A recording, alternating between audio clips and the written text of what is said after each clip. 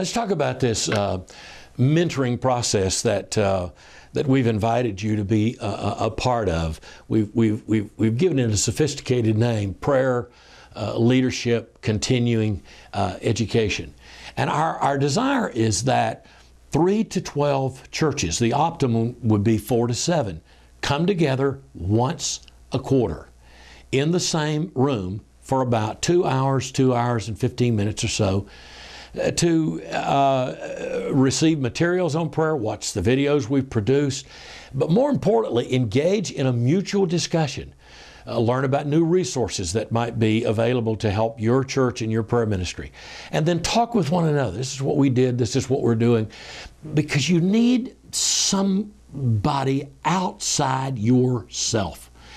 There is nothing that the evil one will fight more than he will fight your prayer effort. You'll come under fire from all kinds of directions.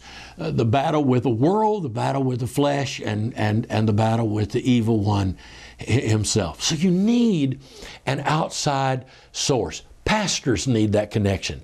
Prayer leaders, that small prayer leadership team needs that connection with other church prayer leadership teams. Just ask, how are you guys doing?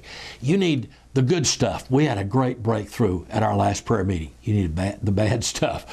We had a major problem. We're really struggling with this. You need to hear both sides of that. These prayer learning groups, these continuing education groups, meet once a quarter. Now, there may be some times when we may have an adjacent group meeting, and we may suggest to you, or the facilitator of your group may suggest that all of you meet together. That would be a wonderful, wonderful celebration time. You may have as many as 20, 25 churches represented in the room for those kind of gatherings.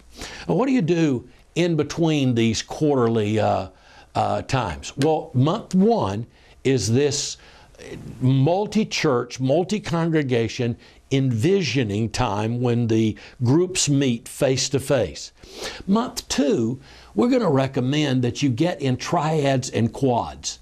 And the principal leader of each church, and maybe others, join in triads and quads and make a phone conference, phone connection in that second month. And we're suggesting to the facilitator of your group that's gone through the facilitator training that they connect with each pastor and or prayer leader in month 3. And here's what they're doing. They're encouraging you, and they're also asking, how are you doing? And they're also saying, now you are going to be at the quarterly meeting that's coming up. And do you have a story that you might share? Do you have a breakthrough story or a breakdown story that you can share? And so month 1, we're all together. Month 2, we're together in phone connections in triads or quads. And then month 3, there's a personal connection on the part of the facilitator. And by the way, that facilitator is also involved in connections with other facilitators and other groups to keep them on board, keep them encouraged as well. How would this time go down? Well, this is what we would anticipate. 6 o'clock, the coffee's on. 6:30, there's prayer time and an opening and a welcome by your group facilitator. Around 6:45, there's fresh material by us, typically a video or other material. Every time there will be a handout, a participant handout for you. There'll be a time of discussion that will follow with table leaders at each table. And then that'll be followed by some time of group sharing. And then you'll wrap up by some prayer time. And by about 8:30, you should be heading home. About 2 hours once a quarter, just to keep giving a little nudge in your prayer process. And in month 2, here's what we're recommending. As you connect by phone in these triads or quads, just spend a little time, even on the phone, praying with and for one another.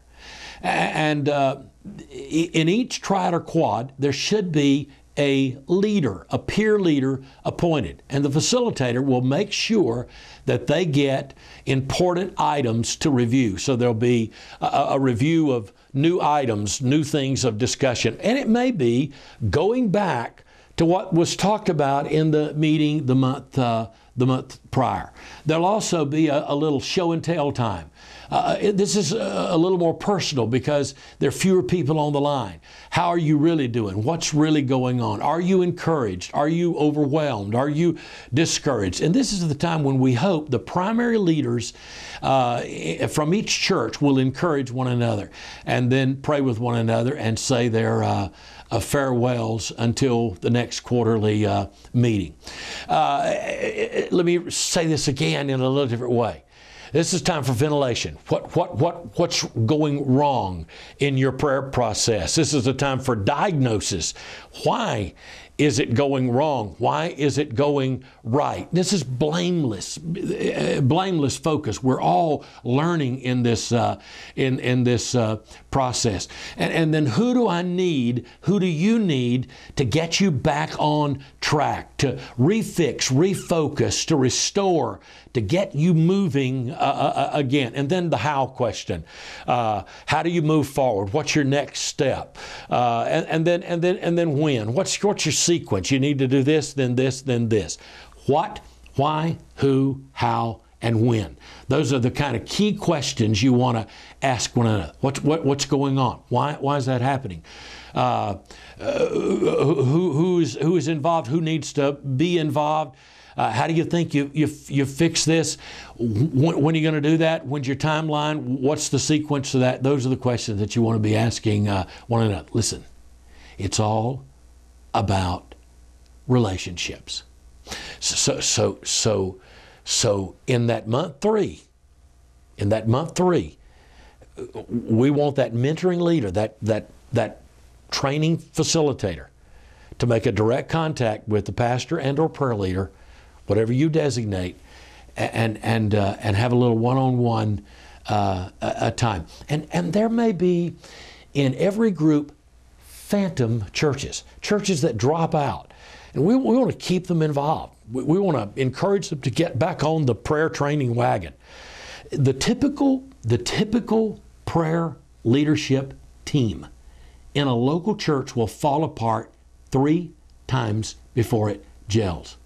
So XYZ church may have the pastor and this group at the table, and then they may disappear for a quarterly meeting or two, and then they may be back with a completely different team, because learning about prayer and how to do prayer, and especially tapping into this global thing that God is doing, this absolutely incredible, diverse prayer movement that's unlike anything we've ever seen before. This is stretching all our wineskins.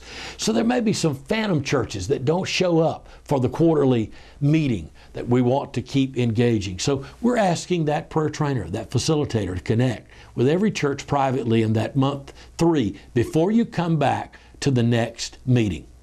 What's the first year process? Well, first year process is that you're praying, you're doing prayer. And then the second layer is that you're learning and teaching and learning. Out of praying and learning and teaching, you start planning. Then you start leading, and then you evaluate. You teach, you're praying, you're learning and teaching, you're planning, you're leading, and you're evaluating. Doing, learning, planning, leading. That's what we want to do in this first group. But the big deal is let's just start praying. Publicly, church-wide prayer meeting. Privately, daily time with God. And then in that small leadership formation group that's getting together once a month. When you start training, You want to expose your people to the global prayer meeting. You want to train on what your prayer structures would look like, what your prayer ministry would look like. What would be a configuration for a prayer leadership team? All intercessors? Wrong. All devotional prayer types? Wrong. All storm the gates of hell? Wrong.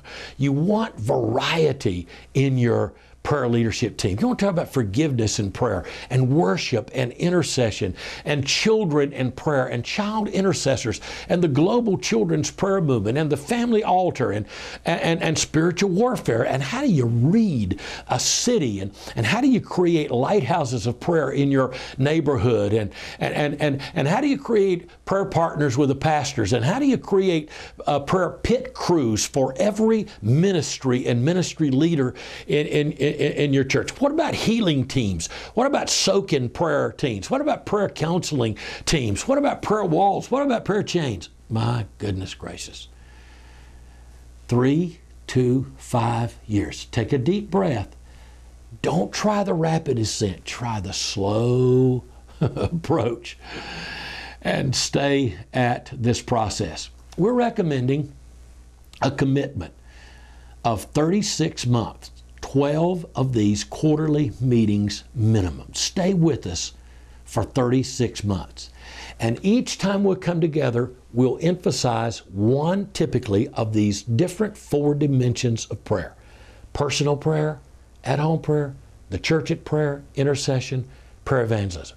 And we'll keep making the rounds in these 4 dimensions and keep building until we go deeper and deeper in this prayer process. So if you feel like this is too simple, we're far beyond this, stay with us.